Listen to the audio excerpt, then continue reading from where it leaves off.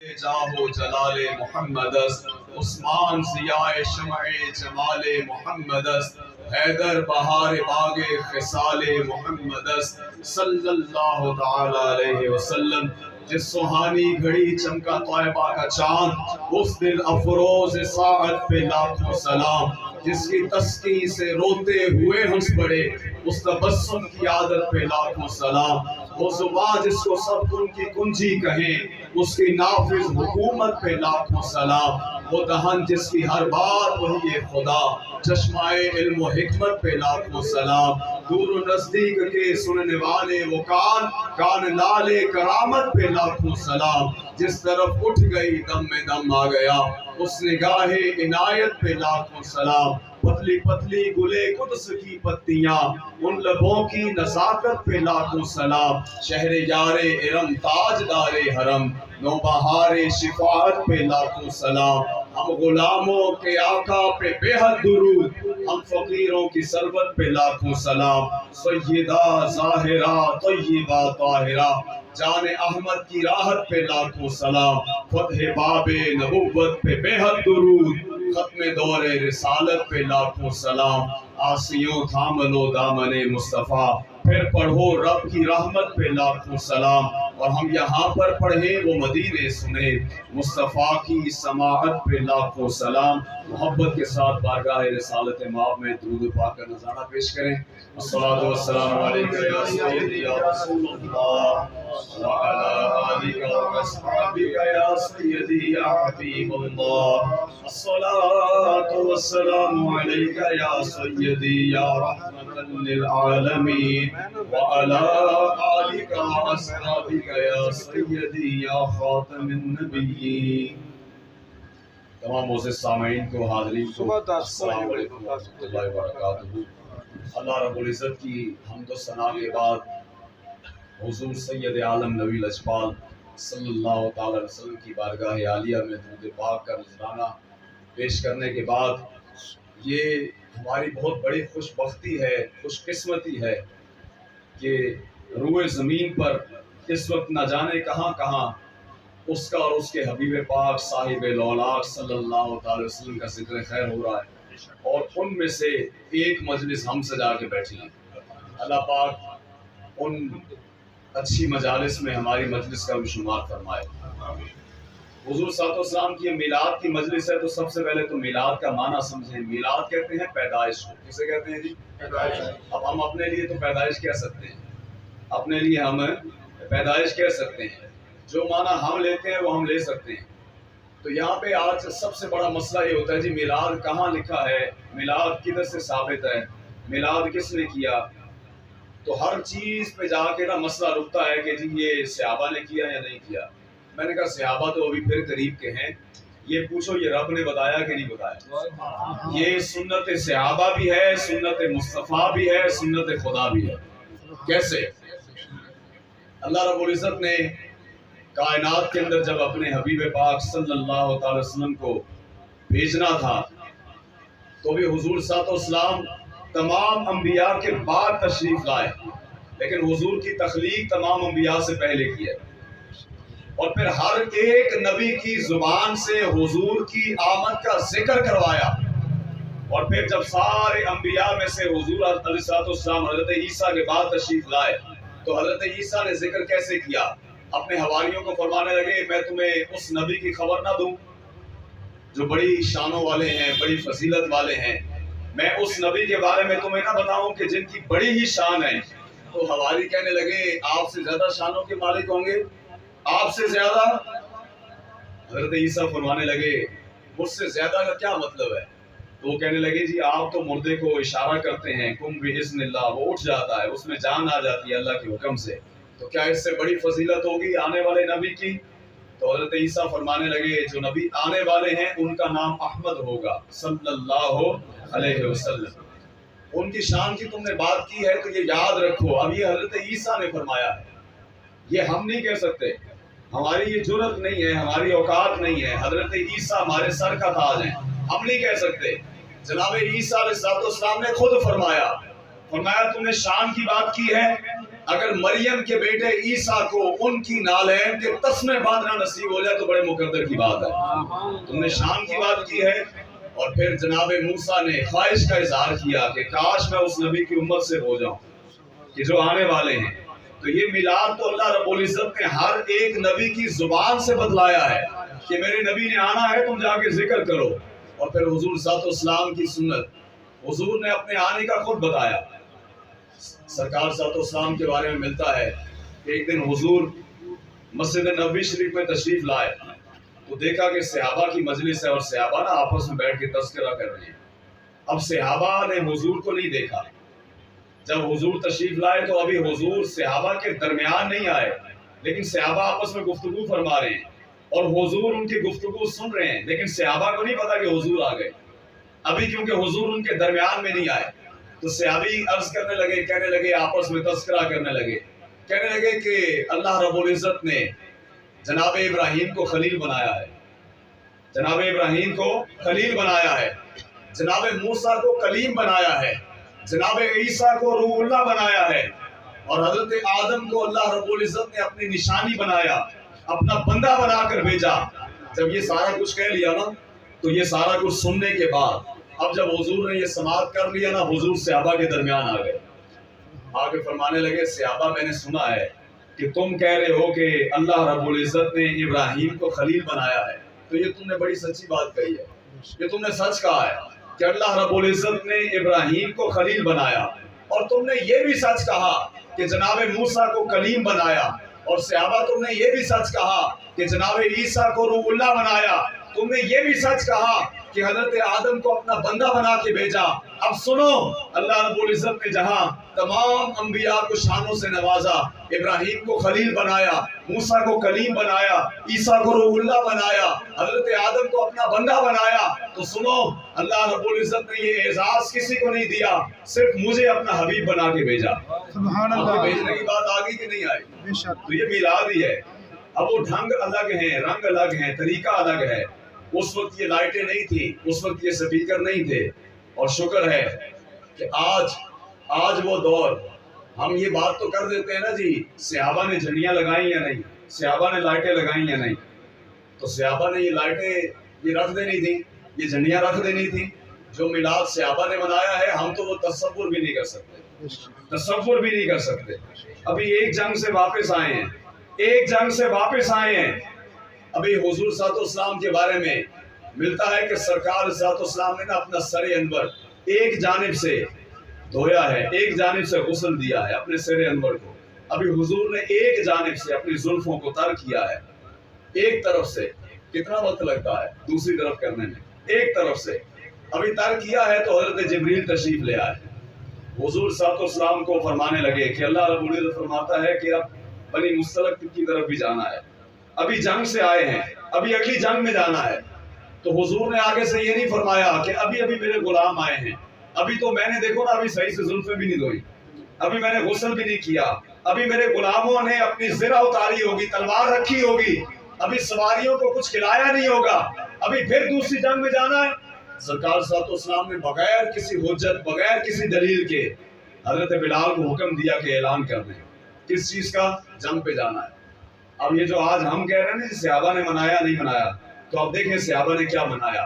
صحابہ نے جو میلاد منایا، جناب بلال حبشی نے اعلان کیا.